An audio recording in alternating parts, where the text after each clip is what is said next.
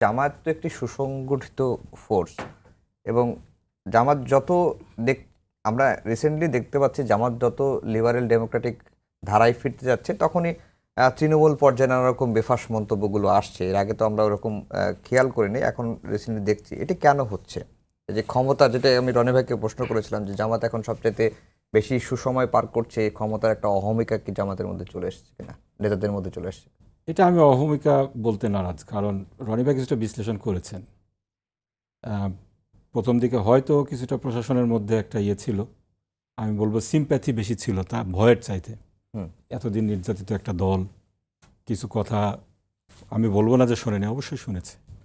আমাদের রিকোয়েস্ট, কিছু legitimate request থাকলে শুনেছে, কিন্তু প্রশাসনে প্রভাব খাটানো, সেভাবে জোর জবরদস্তি করা, চাঁদাবাজি করা, এইগুলার কিন্তু আমাদের সেরকম অভিযোগ আমাদের দিকে সেভাবে ওঠেনি।